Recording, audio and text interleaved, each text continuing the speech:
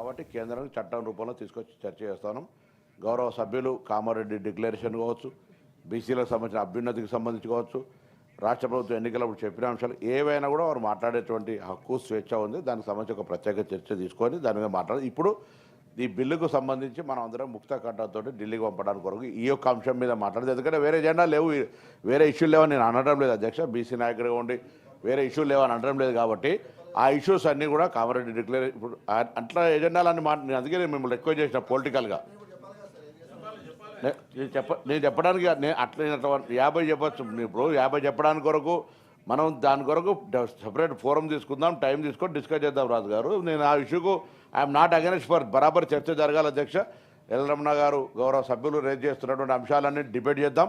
కానీ ఇది this junction for only నేను చెప్పే ఉద్దేశం ఏంటంటే కేంద్రానికి మనం అందరం కూడా ఈ అంశంలో డిఫరెంట్ ఆఫ్ ఒపీనియన్లో రాష్ట్రంలో ఇష్యూస్ను మాట్లాడుకుందాం, రాష్ట్రంలో జరగాల్సినటువంటి చర్చ చేసుకుందాం. ఎందుకంటే ఒకసారి మళ్ళీ చెప్తే మిగతా సభ్యులందరూ కూడా దాన్ని కనీసం పాటించే విధంగా మీరు గౌరవ సభాధ్యక్షులు మీరు ఆ చర్య తీసుకుంటారని కోరుతాను. ఈ ఎజెండా చట్టము చేయడానికి సంబంధించిన అంశం, మిగతా అంశాలన్నీ ఎప్పుడైనా ఎనీ ఫోరంలో ఈ చట్టంలో పెట్టేటి కాదు. లోకల్గా మిగతా కామరెడ్డి డిక్లరేషన్స్ అన్ని కేంద్రానికి పంపే చట్టం చేసే అవసరం లేదు అధ్యక్ష. ప్రభుత్వమే చేయొచ్చు. ప్రభుత్వం చేయడానికి మీరు ఒత్తిడి మీ ఎజెండా మీరు చేసుకోవచ్చు. తర్వాత రమణ గారు, పిసిసి ప్రెసిడెంట్గా గౌరవ సభ్యులు ఇంతకుముందే బీఆర్ఎస్ పార్టీ ప్రభుత్వ అధికారంలో ఉన్న 10 ఏళ్లలో ఎటువంటి నిధులు ఇవ్వాలనే మాట కూడా వారు చెప్పింది మరి ఈ బిల్లో ఉంది అధ్యక్ష. కనుక అర్థం చేసుకోవాల్సిన అవసరం ఉంది అధ్యక్ష. మా సోదరులు ప్రభాకర్ గారు బీసీ బిడ్డ, వారి మీద ఉన్నటువంటి గురుతర బాధ్యత అధ్యక్ష.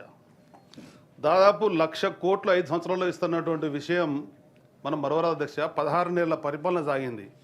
16 నెలల పరిపాలన దాదాపు 25,000 కోట్ల రూపాయలు ఈరోజు ప్రభుత్వం ఖర్చు పెట్టేటువంటి పరిస్థితి అవసరం ఉండే.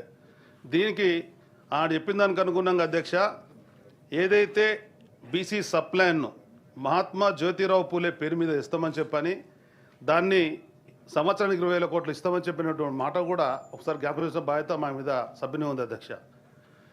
అదేవిధంగా గౌరవ ముఖ్యమంత్రి గారు ఈ బీసీ బిల్లు సంబంధించినటువంటి దానికి అనుగుణంగా కులగణనను ఏ విధంగా వేయాలని చెప్పని రాష్ట్రంలో ఉన్నటువంటి మేధావులతోని, బీసీ మేధావులతోని, వివిధ సంఘాలతో మాట్లాడినప్పుడు వాళ్ళు స్పష్టంగా ఇప్పుడు దశ తమిళనాడు తరహాలో కులగణన జరగాల.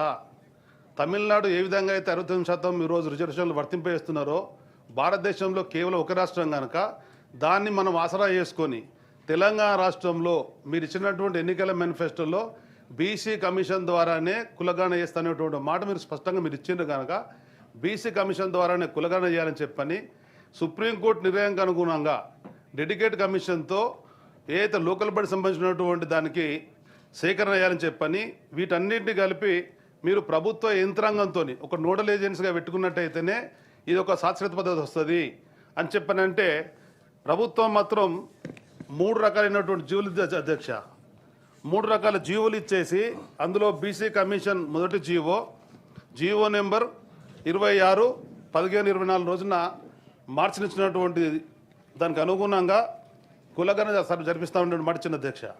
దాని తర్వాత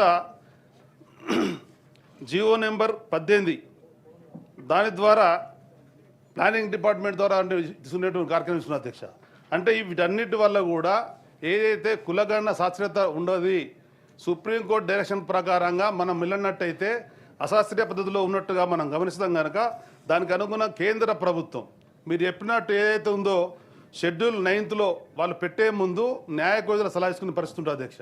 ఆ న్యాయ కోవిధులు ఇది శాస్త్రీయ పద్ధతులు లేదు అని చెప్పనేటువంటి మాట చెప్పినట్టయితే ఇది మనకు ఆచరణలోకి రాదు కనుక ఇది ఆచరణలోకి రావాలని చెప్పనంటే కేంద్ర ప్రభుత్వం 9 షెడ్యూల్లో చేర్చాలని చెప్పంటే సుప్రీంకోర్టు డైరెక్షన్కి అనుగుణంగా ఈ కార్యక్రమాలు ఉన్నాయని చెప్పని, ఈ కార్యక్రమాలు లేవని చెప్పని ఎవరైతే మీతోని సమావేశంలో పాల్గొన్నటువంటి ప్రొఫెసర్ మురళీ మనోహర్ గారే ఆ మేధావులు ఒక సమావేశం పెట్టారు అధ్యక్ష.